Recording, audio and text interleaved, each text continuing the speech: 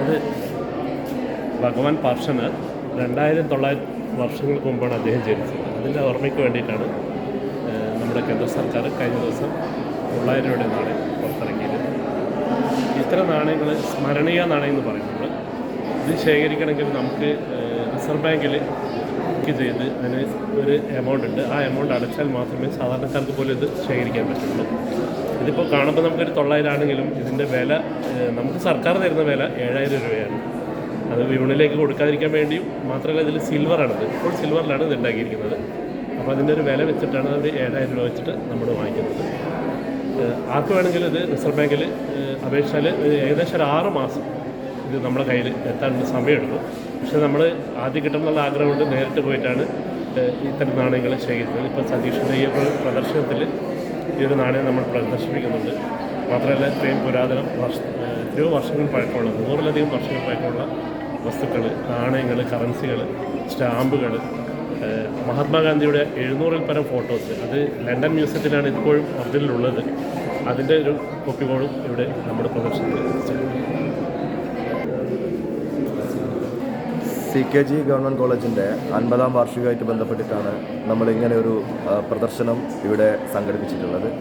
അത് ഇവിടുത്തെ തന്നെ ചരിത്ര വിഭാഗമാണ് അത് മുൻകൈയെടുത്ത് അവരുടെ ഒരു മ്യൂസിയം ഉണ്ട്. ആ മ്യൂസിയത്തിൻ്റെ കൂടെ തന്നെ എൻ്റെ കയ്യിലുള്ള കളക്ഷനും കൂടി വേണമെന്ന് ആവശ്യപ്പെട്ടതിൻ്റെ ഭാഗമായിട്ടാണ് നമ്മൾ എല്ലാ കളക്റ്റുകളും ഇവിടെ പ്രദർശിപ്പിച്ചിട്ടില്ല, കുറച്ചെണ്ണം നമ്മൾ ഇവിടെ എക്സിബിറ്റ് ചെയ്യാൻ തീരുമാനിച്ചിട്ടുള്ളത്. ഞാൻ വളരെ ചെറുപ്പത്തിൽ തന്നെ ഈ ഒരു കളക്ഷൻ വളരെ ഇഷ്ടപ്പെടുന്ന ഒരാളായിരുന്നു. അതിൻ്റെ ഒരു കാരണം എന്ന് പറയുന്നത് എൻ്റെ അച്ഛൻ്റെ കയ്യിൽ കുറേ പഴയകാല കോയിൻസുകളും കറൻസികളൊക്കെ ഉണ്ടായിരുന്നു. അപ്പോൾ അച്ഛൻ അതൊക്കെ എടുത്തു വെക്കുന്നത് കണ്ടിട്ട് പിന്നെ അച്ഛൻ ആൽബം ഉണ്ടാക്കുന്ന ഒരു ശീലം ഉണ്ടായിരുന്നു. അതായത് പത്രത്തിലെ പ്രധാനപ്പെട്ട വാർത്തകളൊക്കെ തന്നെ കട്ട് ചെയ്ത് ഒരു നോട്ട് ബുക്കിൽ ഒട്ടിച്ചു വെക്കുന്ന ഒരു ശീലം ഉണ്ടായിരുന്നു. അതിൽ നിന്നായിരിക്കണം ഒരു പക്ഷേ എൻ്റെ ഒരു താല്പര്യം ഇതിലേക്ക് വന്നത്. പിന്നെ അച്ഛൻ എന്നെ കോഴിക്കോടൊക്കെ പോകുന്ന സമയത്ത് ചെറുപ്പകാലത്ത് കോഴിക്കോടൊക്കെ ഒരുമിച്ച് കൂട്ടിക്കൊണ്ടു. ആ സമയത്ത് കാളവണ്ടി അതുപോലെയൊക്കെ കാണിച്ചു തരുന്നു. നമുക്ക് പഴമയോട് വല്ലാത്തൊരു ഇഷ്ടം തോന്നാറുണ്ട്. അതാണ് പിന്നീട് എൻ്റെ ഒരു വലിയ കളക്ഷനിലേക്ക് മാറിയത്. മാത്രമല്ല അതിന് വലിയൊരു നന്ദി എനിക്ക് ഞങ്ങളുടെ കോഴിക്കോട് ഹെറിറ്റേജ് അസോസിയേഷനോടുണ്ട്. അസോസിയേഷൻ്റെ വലിയൊരു ഹെൽപ്പ് എല്ലാ സമയത്തും നമുക്ക് ഉണ്ടാവാറുണ്ട്. ഇവിടെ ഇന്ന് തന്നെ നമ്മളെ അതിൻ്റെ പ്രസിഡൻറ്റ് ലത്തീഫുക്ക നമ്മുടെ ഫുൾ ടൈം നമുക്ക് വേണ്ടിയിട്ടുള്ള എല്ലാ സഹായങ്ങളും ചെയ്തു തരുന്നുണ്ട്. അപ്പോൾ ആ നിലക്ക് ഇത് കളക്ട് ചെയ്യാൻ ഉദ്ദേശിക്കുന്ന ആളുകൾക്ക് എല്ലാ തരത്തിലുള്ള സപ്പോർട്ട് നൽകാൻ ഇന്ന് സംവിധാനങ്ങളുണ്ട്. അത് ഉപയോഗിച്ചുകൊണ്ട് ഇത്തരം ചരിത്ര വസ്തുക്കളൊക്കെ തന്നെ നമ്മൾ സംരക്ഷിച്ച് വെക്കേണ്ടതാണ്. പക്ഷേ നിർഭാഗ്യവശാൽ അത് എല്ലാം നഷ്ടപ്പെട്ടു പോകുന്നൊരു സാഹചര്യമുണ്ട്. അങ്ങനെ ആരെങ്കിലും നശിപ്പിക്കുകയാണെങ്കിൽ ഞങ്ങൾ അത് കളക്ട് ചെയ്യുകയും അത് ഒരു വാണിജ്യത്തിന് ഉപയോഗിക്കാതെ പുതുതലമുറയ്ക്ക് വേണ്ടിയിട്ട് നമ്മൾ സൂക്ഷിച്ചു വെക്കുകയും ചെയ്യുന്നതായിരിക്കും. അങ്ങനെയാണെങ്കിൽ നമ്മളെപ്പോലെയുള്ള കളക്ട് ചെയ്യുന്ന ആളുകളെ നിങ്ങൾക്ക് ബന്ധപ്പെടാവുന്നതാണ്.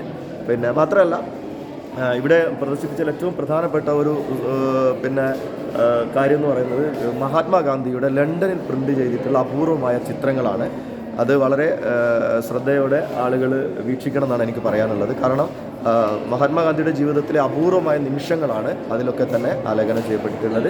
പിന്നെ കഴിഞ്ഞ ദിവസം പുറത്തിറങ്ങിയ 900-ൻ്റെ കോയിൻസ്, ഇന്ത്യ പുറത്തിറക്കിയ 1000-ൻ്റെ കോയിൻസ്, 100-ൻ്റെ കോയിൻസ്, അങ്ങനെയുള്ള കോയിൻസുകൾ, അതേപോലെ തന്നെ തിരുവിതാംകൂറിലെ വെള്ളി കോയിൻസുകൾ, ചക്രം, അങ്ങനെയുള്ള വളരെ അപൂർവമായിട്ടുള്ള കളക്റ്റബിൾസൊക്കെ തന്നെ നിങ്ങൾക്ക് ഇവിടെ കാണാൻ വേണ്ടി പറ്റുന്നതാണ്.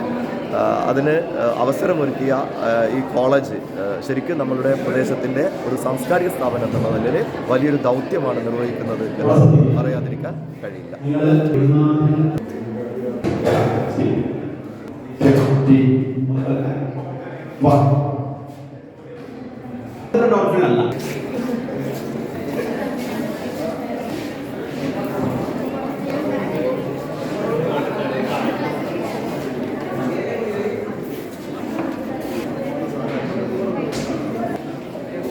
ചരിത്രം പഠിക്കുന്ന വിദ്യാർത്ഥികളോട് നമുക്ക് പറയാനുള്ളത്, ഇത് ശരിക്കും പറഞ്ഞാൽ നമുക്ക് എവിടെ എങ്ങനെ എപ്പം തുടങ്ങണം എന്നുള്ളതിന് കൃത്യമായിട്ട് നമുക്ക് ആ ഒരു സമയമോ കാലവും.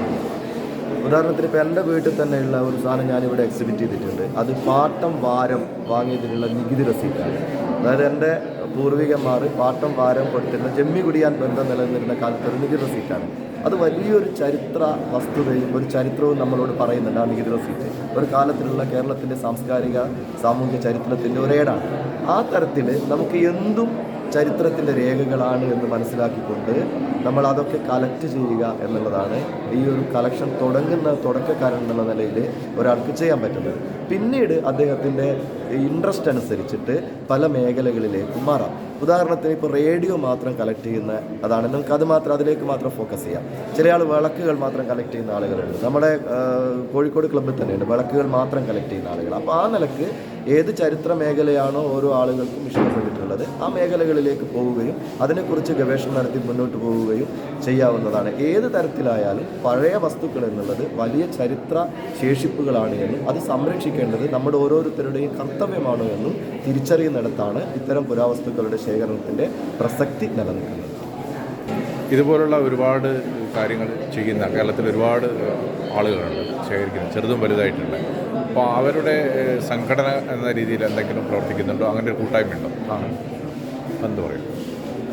ഇത്തരം കാര്യങ്ങൾ പിന്നെ മുന്നോട്ട് വരുന്നവർക്ക് കേരളത്തിൽ അങ്ങോളം ഇങ്ങോളമുള്ള ജില്ലകൾ കേന്ദ്രീകരിച്ചുകൊണ്ട് ഇതിന് അസോസിയേഷനുകളുണ്ട്. ഇപ്പോൾ കോഴിക്കോട് തന്നെ വളരെ ക്രിയാത്മകമായിട്ട് പ്രവർത്തിക്കുന്ന അസോസിയേഷൻ ഉണ്ട്, ഹെറിറ്റേജ് അസോസിയേഷൻ ഉണ്ട്. നിങ്ങൾക്ക് അതിൽ മെമ്പർഷിപ്പ് എടുക്കുകയും ഇത്തരത്തിലുള്ള പലതരത്തിലുള്ള വിഷയങ്ങളെക്കുറിച്ച് ക്ലാസ്സുകൾ, അതുപോലെ തന്നെ ഈ കളക്ട് ചെയ്യുന്ന സാധനത്തിൽ തന്നെ ഡ്യൂപ്ലിക്കേറ്റുകൾ, അതൊക്കെ തിരിച്ചറിയാനുള്ള ഒരുപാട് അനുഭവങ്ങൾ നമുക്കതിൽ നിന്ന് കിട്ടും. മാത്രമല്ല ഓരോ മാസങ്ങളിലുള്ള മാസാന്ത മീറ്റിങ്ങുകളിൽ പല ഡീലർമാരുകൾ വരും. അവരിൽ നിന്ന് നമുക്ക് വേണമെങ്കിൽ കളക്ട് ചെയ്യാം. അതേപോലെ തന്നെ അത്തരം കൂട്ടായ്മകൾ എന്ന് പറയുന്നത് ഇത് സംരക്ഷിക്കുക എന്നുള്ള ഒരൊറ്റ ലക്ഷ്യം മാത്രം മുന്നിൽ കണ്ടുകൊണ്ട് മുന്നോട്ട് പോകുന്നതാണ്.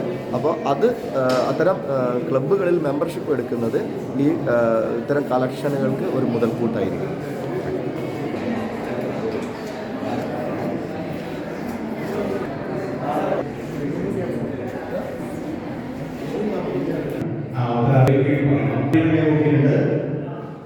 berkala dari